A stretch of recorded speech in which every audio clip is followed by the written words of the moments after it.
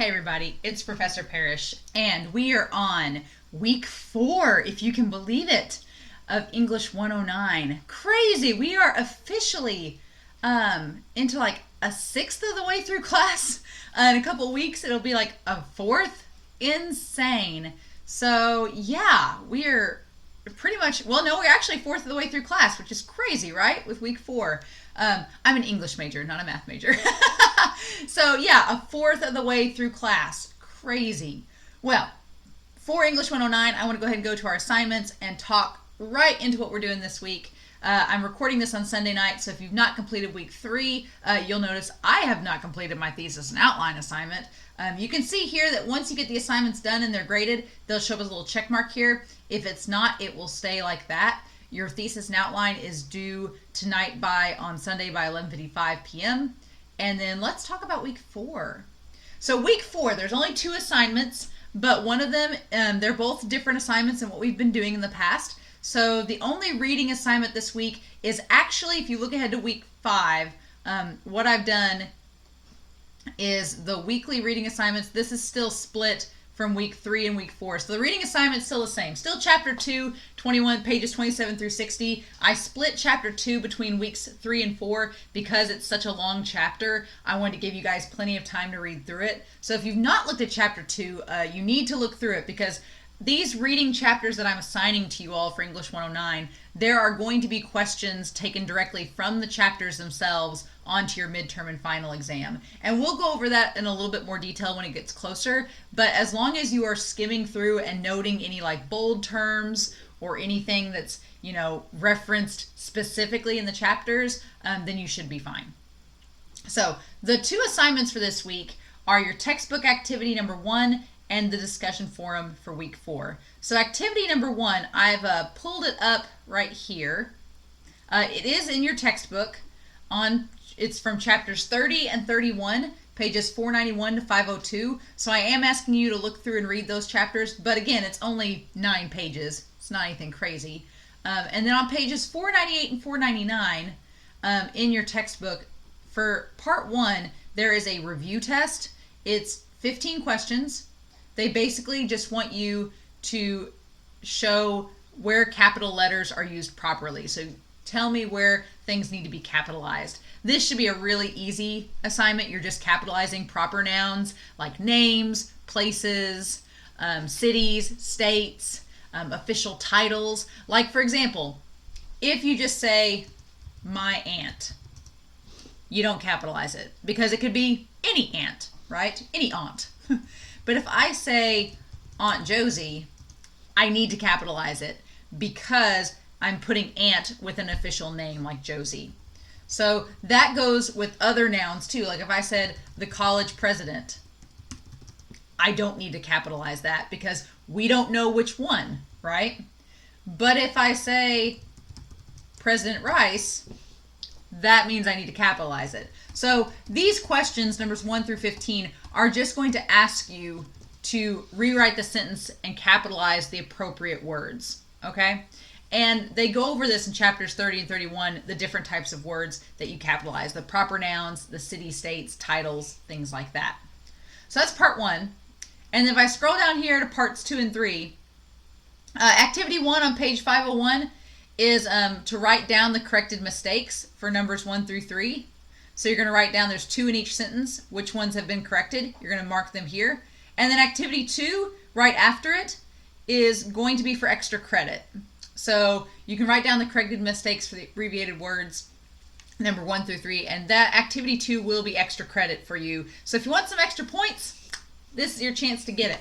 So that is the textbook activity. It's pretty straightforward. The directions are right there in your textbook. If you have questions about it, just feel free to let me know. But the main thing I want to go over is the discussion forum for this week. So week 4's discussion forum, if I click on that, it is going to take me to the discussion forum. I like to click in this little blue box here, and it'll take me right to it. So with each of our papers in this class, with our 4 papers, we usually the week before the paper is due, we are going to do a discussion forum that is a peer review. And what a peer review means is that it is just you presenting your paper to the class, whatever your draft looks like, and then your peers are to read at least 2 of your fellow classmates' drafts and give feedback.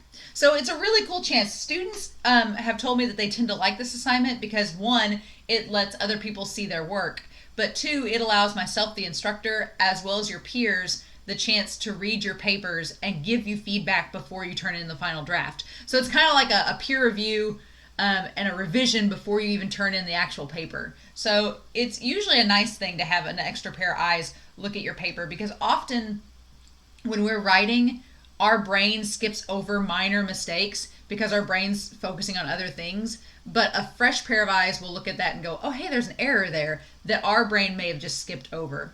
So what I want you to do, I'll show you how to do this, is you're going to go down here to Add Post in the discussion forum. You're going to click Add Post.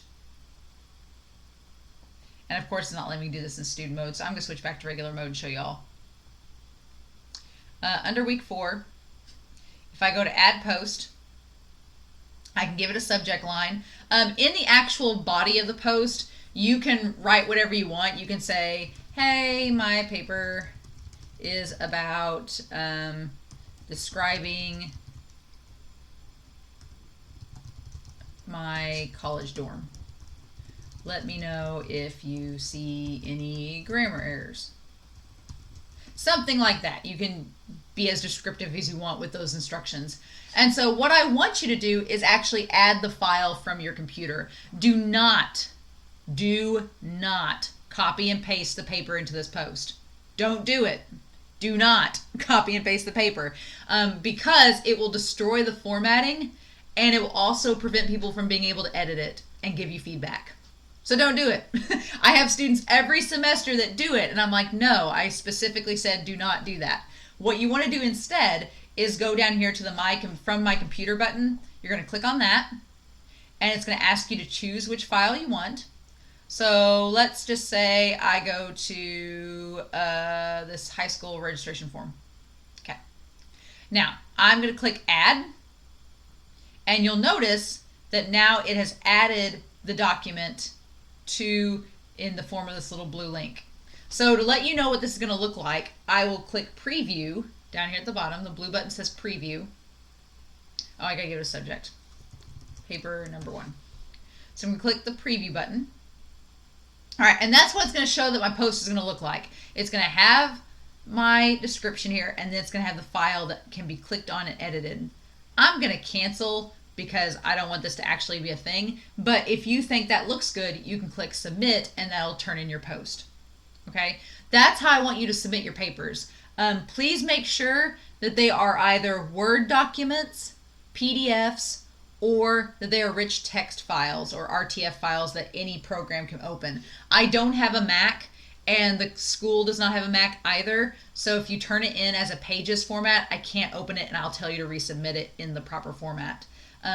Please note, if you submit as a Word document or an RTF file, I will be able to edit it and give you feedback. But if you turn it in as a PDF, I'm just going to tell you my feedback, but I can't mark on your paper with any grammar errors or things like that. So that's just something to keep in mind.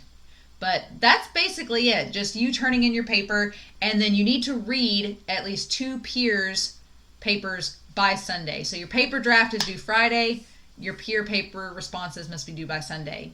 And on the peer responses, in this class, the only time I take off points for the discussion forum is either if the post is late, if there are grammar and spelling errors, or if your responses just aren't lengthy enough, if they're not detailed enough. I'm not going to give you a word count that you have to do because I don't like the idea. If I tell you 400 words, you're going to type 400 words and then stop, right?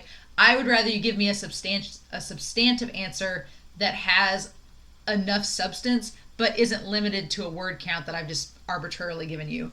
So to me, the length doesn't matter. It's the quality of the post. So if you respond to a peer's draft, don't be like, oh, it was good, and that's it. Because that doesn't help any of us as writers, right? Instead, you can give some constructive feedback and say, hey, I really liked your paper because, and then list A, B, and C, here's why it was good. And that way the writer knows what they've done right and they can keep following those trends. But if you see something that stands out that looks like a problem, don't be afraid to tell them. There's a polite way you can tell people. You can say, hey, your paper was great. I liked the introduction. I liked your sensory imagery in terms of sight and sound. But I noticed you didn't talk about taste or smell. Maybe include something along those lines in this paragraph, and you can point it out to them. Stuff like that is constructive and gives people feedback that they can work with and build upon. But if you just say, oh, hey, it was good, then what do they do with that, right? So that's what I'm looking for in terms of your feedback. So if you have questions about submitting your paper, about giving feedback, anything like that, please feel free to let me know. But otherwise, those are the assignments for this week. Just that textbook activity 1 due Sunday, and then your drafts of paper 1 are due in the forums by Friday, and your responses are due by Sunday as well. So if you have any questions, please feel free to let me know. I do answer my email Monday through Friday from 8 a.m. to 4:30 p.m. And then if you email me outside of those hours, I'll probably get back to you on the next day. Okay? So otherwise, I hope you all have a wonderful week. Please stay safe, take care, and I'll talk to you all again very soon. Bye.